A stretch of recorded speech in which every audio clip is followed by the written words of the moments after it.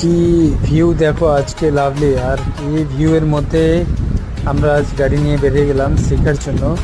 তো আমাদের কমপ্লিটলি শেখা হয়নি, তার সঙ্গে আমরা বেরিয়ে গেছি। তো বেরিয়েছি যে এমন রাস্তায় যেন মানুষজন না থাকে, সে রাস্তায় তার মধ্যে থেকেও মানুষ চলে আসে, বাট একটু সেফলিভাবে চালাতে হয়।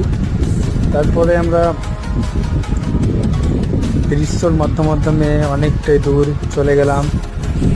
মনে হচ্ছে যে শিখে নিয়েছি, কিন্তু যখন মানুষ আছে তখন মনে হচ্ছে আমরা মানে ঘাবড়িয়ে যাচ্ছি যে কী করব না করব, কিছু বুঝতে পারছি না।